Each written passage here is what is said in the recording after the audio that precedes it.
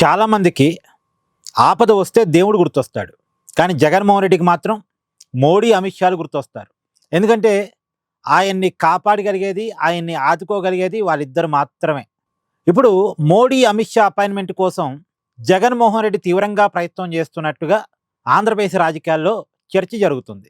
ఈ చర్చకు కూడా కారణం ఏంటంటే Andhra Pradesh liquor scam, Andhra Pradesh liquor రవాణా స్కాము. ఈ 2 కేసుల్లో కూడా ఒకవైపు సిట్టు, మరొక వైపు ఎన్ఫోర్స్మెంట్ డైరెక్టరేట్ దూకుడుగా ఉన్నాయి. ఆల్రెడీ మద్యం రవాణా స్కామ్లో రాజీవ్ కసిరెడ్డి, వాసుదేవరెడ్డి, కారుమూరు సునీల్ ఈ ముగ్గురు కూడా జైల్లో గడుపుతూ ఉన్నారు. వీళ్ళు ఆల్రెడీ గతంలో అంటే కారుమూరు సునీల్ తప్ప మిగతా ఇద్దరు కూడా ఏపీ లిక్కర్ స్కామ్లో అరెస్ట్ అయి జైలు జీవితాన్ని గడిపారు. ఆ కేసులో బెయిల్ వచ్చింది. ఇప్పుడు మద్యం రవాణా కేసులో మరొకసారి జైలు జీవితాన్ని గడుపుతున్నారు. ఇప్పుడు వాళ్ళతో పాటు కారుమూరు సునీల్ కూడా. ఇప్పుడు ఈ కేసుల్లో అంతిమ లబ్ధిదారు బిగ్ బాసు జగన్మోహన్ రెడ్డి కాబట్టి ఏ క్షణమైనా సరే ఎన్ఫోర్స్మెంట్ డైరెక్టరేట్ జగన్మోహన్ రెడ్డిని విచారణకు పిలిచే అవకాశం ఉంది అని తెలుస్తుంది. జగన్మోహన్ రెడ్డిని విచారణకంటూ పిలిచాక అరెస్టు చేయటానికి కూడా అవకాశం ఉంది. ఎందుకంటే ఇప్పటివరకు సిట్టు నిర్ధారించిన మేరకు అంతిమ లబ్ధిదారు బిగ్ బాసు జగన్మోహన్ రెడ్డి అనేటువంటిది. లిక్కర్ స్కామ్లోను, లిక్కర్ రవాణా స్కామ్లోను. లిక్కర్ స్కామ్లో అయితే ఏకంగా 90% ముడుపులు జగన్మోహన్ రెడ్డికే పోయేవి అనేది. 3,500 కోట్ల స్కామ్ అది. ఇప్పటివరకు అంటే సిట్టు కనిపెట్టింది.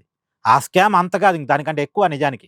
కానీ సిట్టు నిర్ధారించింది మాత్రం 3,500 కోట్ల స్కాము.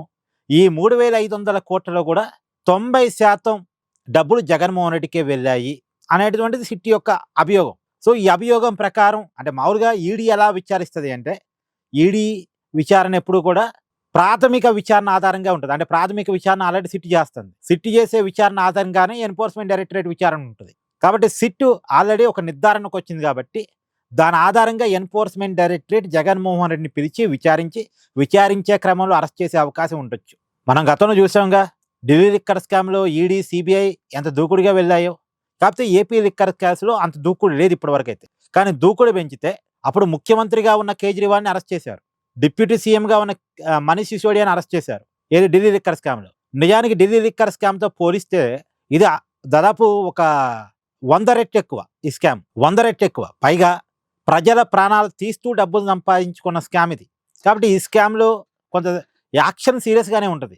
మరి యాక్షన్ సీరియస్గా ఉంటుంది అనుకున్నప్పుడు, ఈడీ అరెస్ట్ చేస్తుంది అనుకున్నప్పుడు సహజంగానే కష్టం వచ్చినప్పుడు దేవుడు గుర్తొస్తాడో అని అనుకున్నట్టుగా జగన్మోహన్ రెడ్డి గారికి మోడీ, అమిత్ షాలు గుర్తొచ్చినట్టున్నారు. అపాయింట్మెంట్ కోసం తెగ ప్రయత్నం చేస్తున్నాడట. మరి వాళ్ళు ఇస్తారా? ఇచ్చి జగన్ని కాపాడతారా?